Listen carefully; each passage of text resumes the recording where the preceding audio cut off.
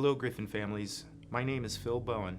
I'm the Assistant Principal of Student Services here at Los Alamitos High School, and today you are going to watch a heartfelt and informative video as part of Red Ribbon Week that discusses the very real danger of opioids, specifically fentanyl, as told by the parent of a former Los Al student who has been through one of the toughest experiences a family can face, the loss of her son due to fentanyl, a powerful and deadly drug. In this video presentation, you'll hear the story of Eli Mendoza as told by his mother, Mrs. Perla Mendoza, who will be sharing the harsh realities of fentanyl and how it takes its toll on individuals and the families who love them. We're going to hear a personal story that's going to remind us all just how vital it is to address this issue head on and prevent more heartbreak. Hi, my name is Perla, and I had a son. His name was Elijah. He was a student at Los Alamitos High School. He graduated in 2019, and he tragically passed away a year later due to a fentanyl overdose. Elijah was a good son. He was my pride and joy, and I'm so grateful that I was chosen to be his mama. Elijah was raised in Los Alamitos. He attended Rossmore Elementary School, McAuliffe Middle School, and later Los Al. He had a beautiful girlfriend, friends. He was a wrestler. He was on the track and field team. He started off as an honor roll student in all AP classes. Elijah was the type of kid that would pride himself on being sober. He was strong, athletic. And then I started noticing a change in his attitude and his mood, and I thought, maybe he's just being a grumpy teenager. But really, he was going through something. He was hurting inside. He had been through some traumatic events as a young boy that I didn't know about at the time. And instead of telling someone, he began to self-medicate. It started with marijuana. Eventually, the marijuana wasn't strong enough. He said it would help him relax. He said, "Mom, I'm not hurting anyone. What's the big deal?" But he was.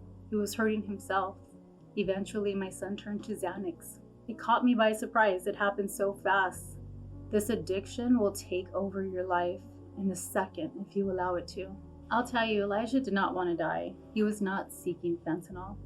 The night that he died, he arranged to purchase what he thought was a legitimate pain pill from someone he trusted on Snapchat.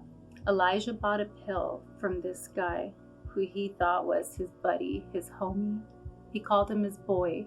This guy that he connected with through Snapchat drops off these pills and leaves.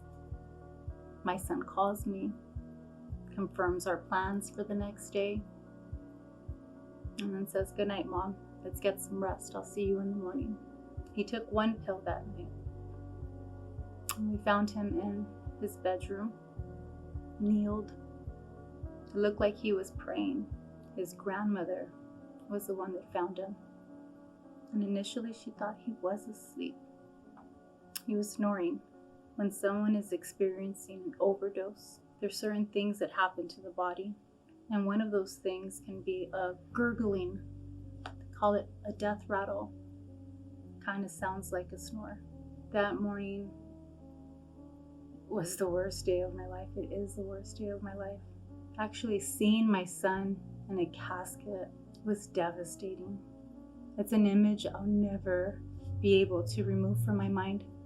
I wish I would have had the opportunity to warn Elijah about fentanyl. I wish I would have known about it. This has taken a huge toll on our family. Although I did not receive justice for Elijah's death, his perpetrator was eventually caught. He was caught in Orange County with enough fentanyl to kill over 250,000 people, in addition to other narcotics and weapons.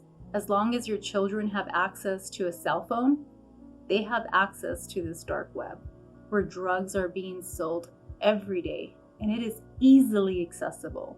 I would have never imagined that I'd be sitting here today sharing this story with you, but here I am. I want you to know that this can happen to anyone.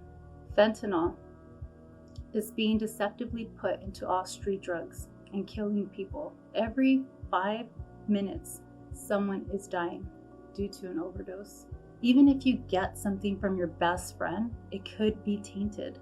You can't see it, you can't smell it, You can't taste it. Fentanyl is 50 times stronger than heroin. The substance is being added to other street drugs or deceptively disguised as something else. As little as 2 milligrams can kill a healthy adult. Ultimately, it stops your breathing and you can die.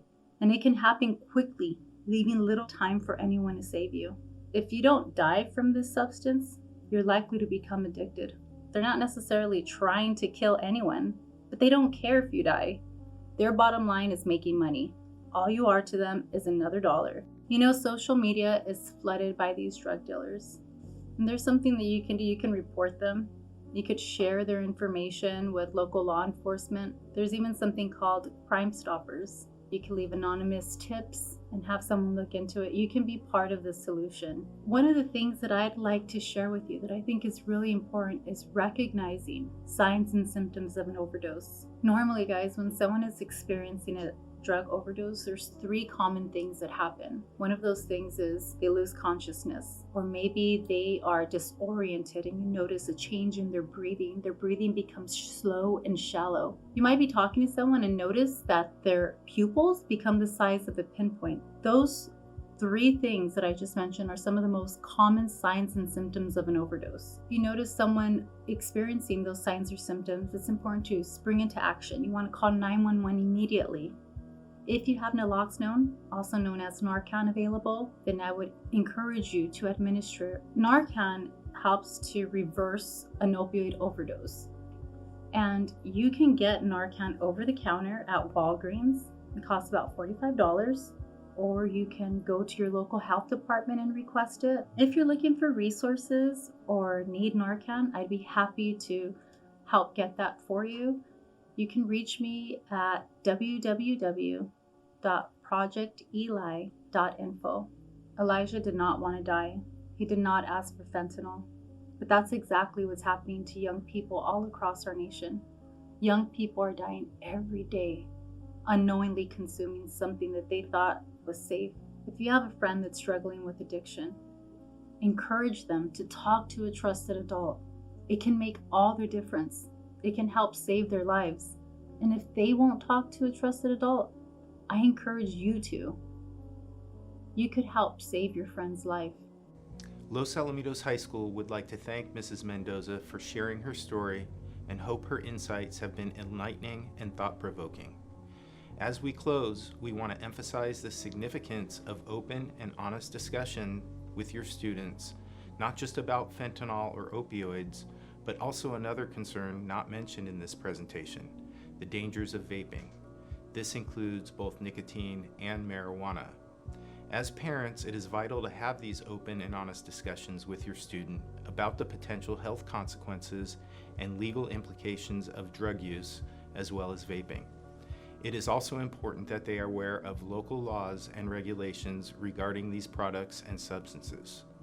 Stay tuned for a list of valuable resources, and thank you for watching this important presentation. Together, we can make a positive impact on our families, our schools, and our community.